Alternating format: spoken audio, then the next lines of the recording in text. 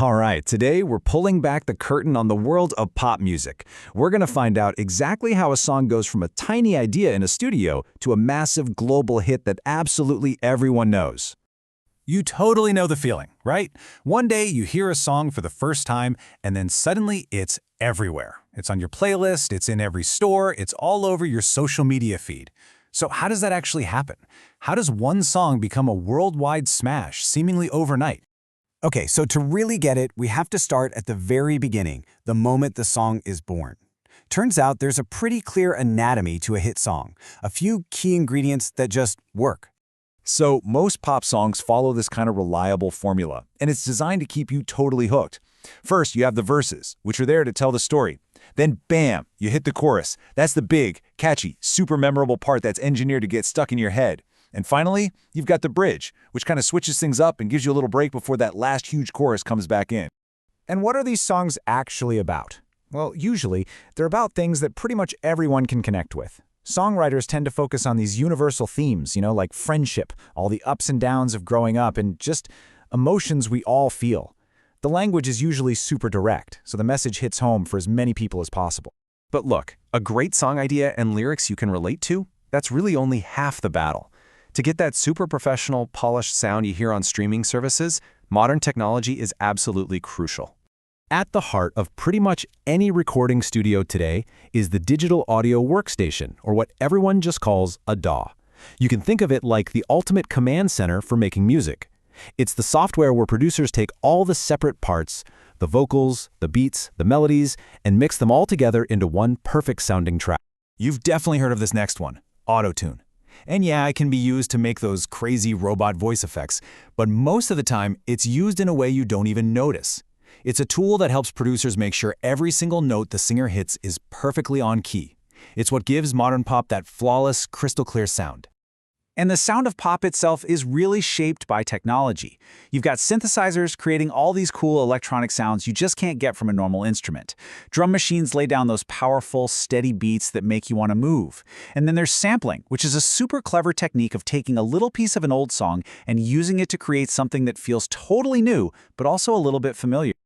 Okay, so the song is written, it's recorded, it sounds amazing, it is ready to be a hit, but how does it get from that one computer in a studio into your headphones? Well, this part of the journey has been completely revolutionized by the internet. I mean, think about it. Not that long ago, if you wanted to hear a song, you had to go to a store and buy a CD. Your whole music collection was limited by how much you could afford and how much space you had on your shelf. And now, streaming services put millions and millions of songs right in your pocket, ready to play anywhere, anytime. Music has never been this easy to access. So with all those millions of songs, how do you find anything new? It's definitely not by accident. Streaming apps use a really powerful algorithm. And all that is some really smart computer code that learns what you listen to. Based on your taste, it starts suggesting new songs and artists that it thinks you're going to love, basically creating a radio station that's personalized just for you. And beyond just streaming, social media has totally changed the game. It's so powerful now that a single short video clip can launch a completely unknown artist into a global superstar, sometimes in just a few days. So how does the song go viral? Well, it could be that the song gets used in a hilarious meme that takes off, or maybe it's the soundtrack to a new dance challenge. But it's also about building a real connection. Artists can now talk directly with their fans, share behind-the-scenes stuff, and build this loyal community that feels like they're really part of the journey. Billions, with a B. That's the number of people a song can potentially reach on just one video platform. It's a scale that was just unimaginable a couple of decades ago. And a huge part of that is the power of the music video. A great music video is so much more than just a commercial for the song. It's really its own art form. It's like a short film that uses creative visuals and storytelling to bring the song's lyrics to life.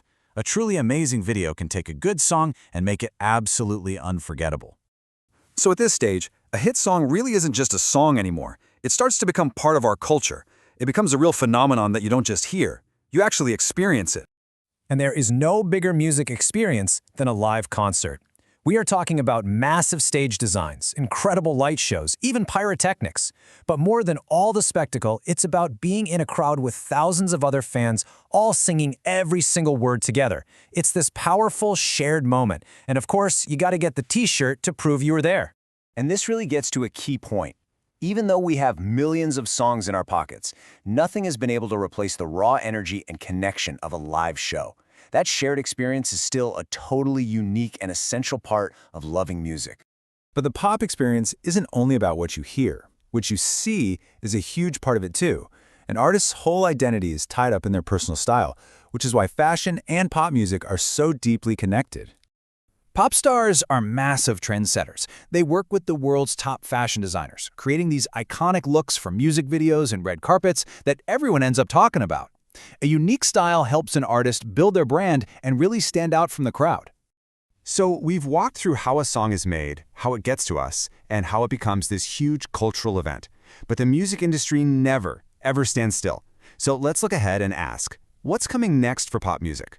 First, it is super important to remember that no pop star gets to the top alone. Success is built by a huge team. You've got the record label, which provides the money. You've got the manager, who handles all the business decisions. And you've got the agent, who books the concerts. It's a massive machine working behind every single artist. And looking forward, technology is going to keep changing everything.